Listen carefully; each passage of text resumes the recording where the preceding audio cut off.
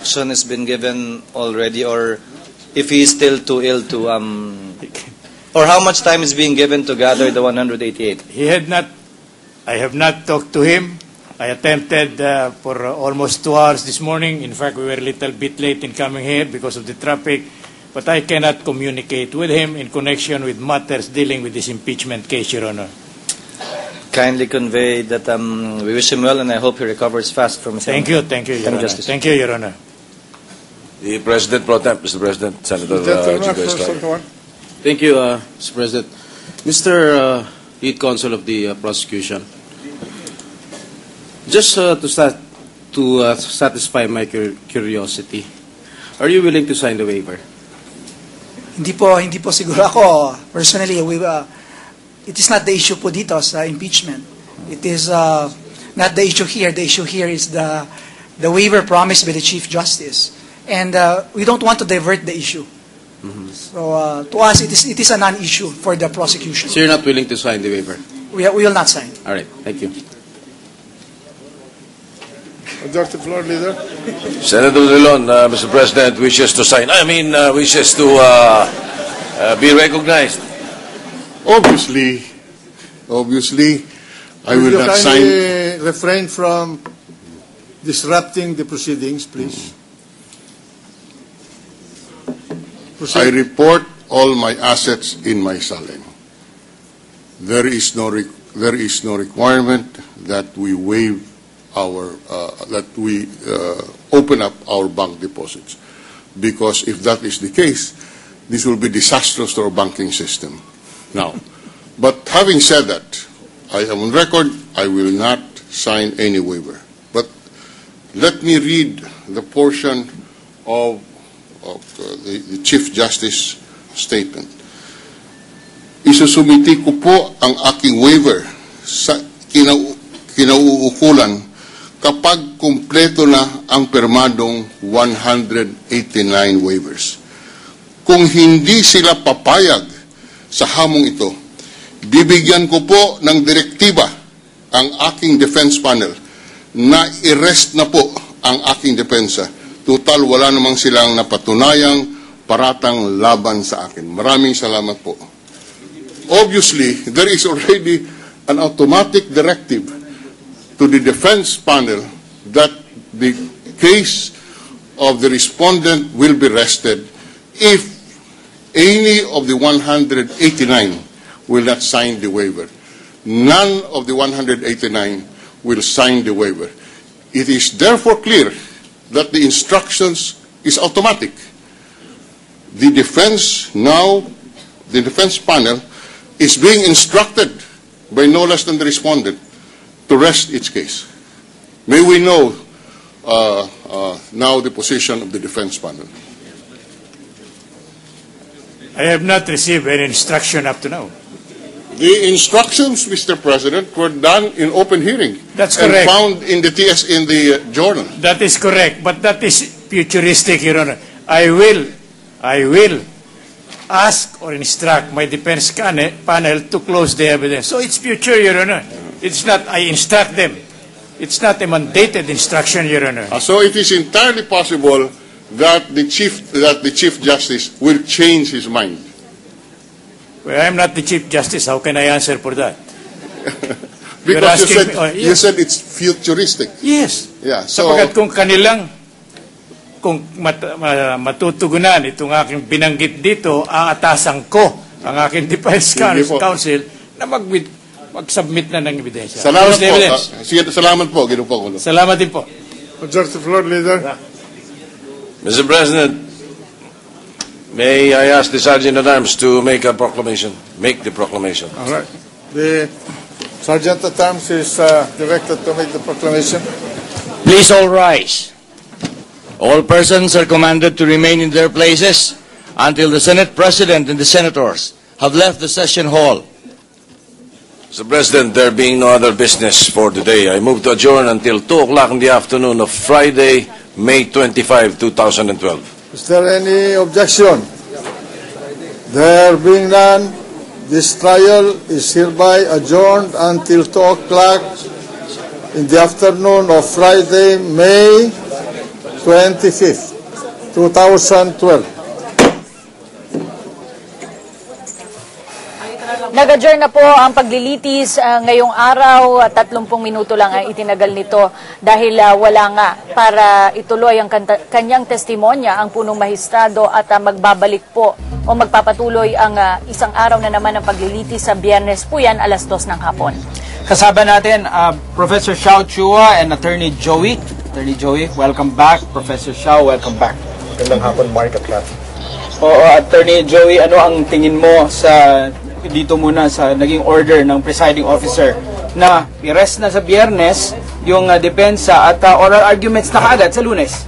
Mukhang naging stricto talaga si Senate President Enriles sa kanyang desisyon na mula pa kahapon ay makikita na natin talagang ano man ang nangyari dun sa medical condition ni Chief Justice Corona, ang gusto niya talagang mangyari ay matapos na ang paglilitis na ito at talagang kung haharap si Chief Justice Corona ay humarap siya at kung hindi siya haharap, hayaan ang Senado na magdesisyon tungkol sa kanyang kaso.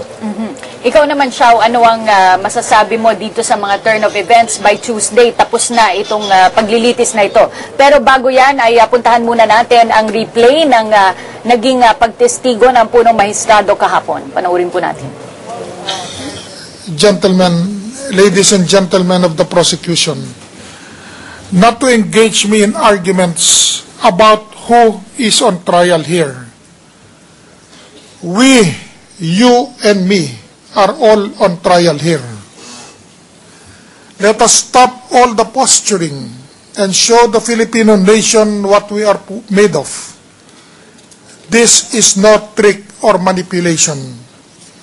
This is an invitation, a challenge for public accountability, made only with the hope that we can all, together, give our nation one shining moment in public service. You may choose to turn down this invitation, this challenge, for whatever reason, whatever. But if you decline, then you will affirm to me and all who are watching that there is in fact no legal obligation or duty to disclose foreign currency holdings and deposits. If any of you should choose to decline, I regret that there is no point in my waiver, because it will only allow the completion of the persecution I have suffered. I am no thief, I am no criminal, I have done no wrong. But honorable senators, I am also no fool. I pray that this gentleman will accept my invitation. Otherwise, I stand by my actions as being completely founded on the law itself. Isusumiti ko po ang aking waiver sa kinauukulan kapag kumpleto na ang pirmadong 189 waivers. Kung hindi sila papayag sa hamong ito, bibigyan ko po ng direktiba ang aking defense panel na i-rest na po ang aking depensa. Total, wala naman silang napatunayang paratang laban sa akin. Maraming salamat po. Pagpalain po tayo ng buong may kapal. And now, the Chief Justice of the Republic of the Philippines wishes to be excused. If Your Honor, please. The Chief Justice, as respondent in this case, had been on the witness stand and testified for more than 3 hours. Wait a minute. He's not been discharged. No, here I'm not discharging him. I'm making a manifestation. Huh?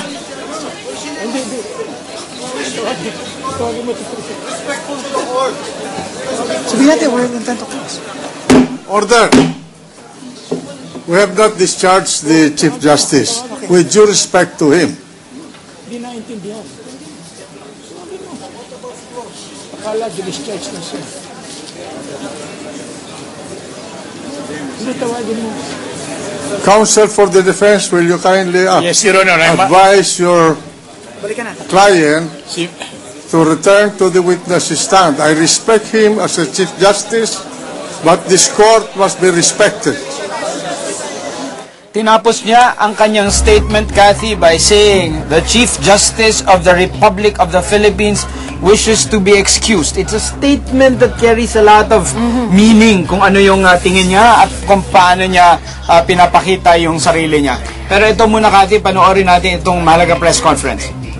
The Chief Justice does not arrive for the continuation of the direct, the defense will have ended their presentation of evidence, and they are directed also to formally offer their documentary evidence. On Monday is the closing arguments of both sides. The process would be prosecution, defense, and then prosecution.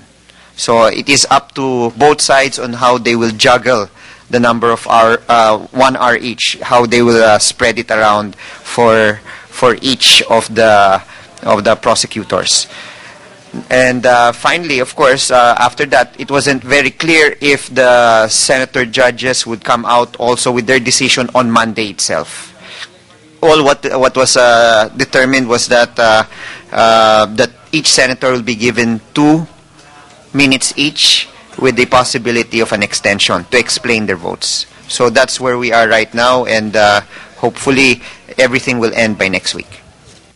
Nice ko lang i-reiterate yung point ni Senator Cayetano kanina na tinanong niya kay Lead Defense Counsel Justice Cuevas kung may ipresenta pa silang documentary evidence in addition dun sa to supplement dun sa testimonya ni Chief Justice, no? At sabi po niya wala na po. So we'd like to emphasize on our part, we're quite confident with the evidence we have presented because they are from multiple sources. There are multiple bank documents. There are AMLAC reports. Meron din pong testimonya ng ombudsman and bank officials. Whereas ang ebidensya lang po ng depensa dito sa aspetong dollar accounts ay yung masasabi po nating self-serving at uncorroborated testimony. Kumbaga, pansarili po siya at hindi po suportado ng kung anumang dokumento o anumang testimonya ng ibang testigo. Sir, nag-declare na si Lead Prosecutor Tupas kanina sa open court na no one among the prosecutors will sign the waiver. Pero hindi ba mas magiging madali para makita natin katotohanan sinasabi niyong hinahanap dito, hindi ba magiging madali kung pagbibigyan yung kondisyon ni CJ and para mabuksan ang lahat ng kanyang assets in the same manner na hindi rin sasabihin din ng taong bayan na wala kayong tinatago? Well, unang-una, bukas naman ang panig po ng 188 congressmen sa usapin ng kanilang SALN. It is for the public to see, no? At meron yata binanggit po ang ating speaker kung hindi po nagkakamali, no, sa isang press conference after the impeachment. They will disclose, no, all the other congressmen dahil ayaw nga po natin na magkaroon ng distraction sa impeachment court itong usapin ng SALN. So kung meron pong makikita na pagkakamali sa SALN ng mga congressman, no, di sampahan po ng kaso para malaman po natin kung totoo yung sinasabi ng mga congressman o hindi. Para sa amin, maliwanag, hindi po kami sang-ayon sa hamon ng ating punong maestrado at hindi po namin pipirmahan ang waiver na hinihingi po niya. Sir, do you think that we are incompetent to sense if we are going to be spun around and diverted? Do you think that it's not a valid excuse to deny us access to your SALNs? Well, again, the SALNs of the congressmen are accessible. I think the speaker had already mentioned. No, they are not. Well, we have been asking for it. Yes, the speaker had mentioned that after the impeachment case, that he would make. Sir, it will not make any difference if we wait for the end of the impeachment. before we can have the silence? Well, I cannot speak, but the Speaker, since he's the head of the House, made that declaration, so he speaks for all members of Congress. Now, if there will be individual members of Congress who would want to immediately disclose, then it's up to them. But we stand by the statements of the Speaker, and at the proper time, those statements of assets and liabilities and net worth would be disclosed.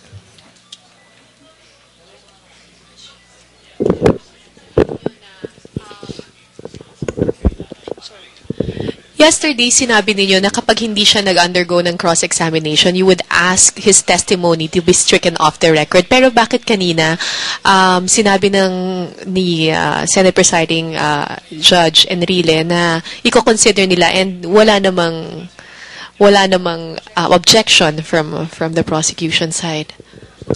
I think we've had time also to consider what the Chief Justice said yesterday.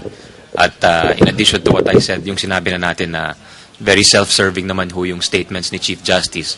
At mahalaga pa doon, bukod sa self-serving ay hindi pa suportado ng dokumento. Yung sinabi niyang since the 1960s, nung 2-to-1 daw ang exchange rate, ay namimili na daw siya ng dolyares when he was a young lawyer. But the Chief Justice only graduated from law school in the 1970s ho. So there already we see the inconsistencies, late 60s, 1970s. It's a different time period po, no? So, siguro, sabi nga ni Senator Cayetano, it will all depend on credibility, you have the credibility of the Chief Justice on his, I don't know what to call it, no? On his speech or script, and then you have, on the other hand, the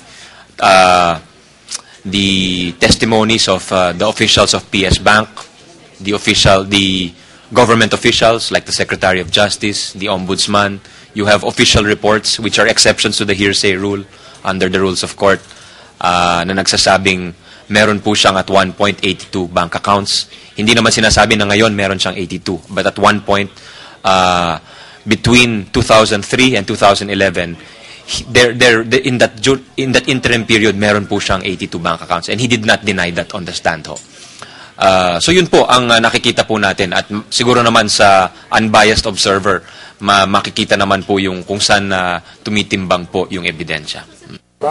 Napanood po natin ang bahagi ng isinasagawang press briefing ng prosecution panel kanina. Bago yan, Mark, napanood natin itong bahagi naman ng naging statement, napakahabang statement ng Chief Justice kahapon dito sa Senate impeachment trial. Samantalang ngayon naman ay panuorin po natin ang naging pagdating niya dito sa Senado at pag-alis kahapon.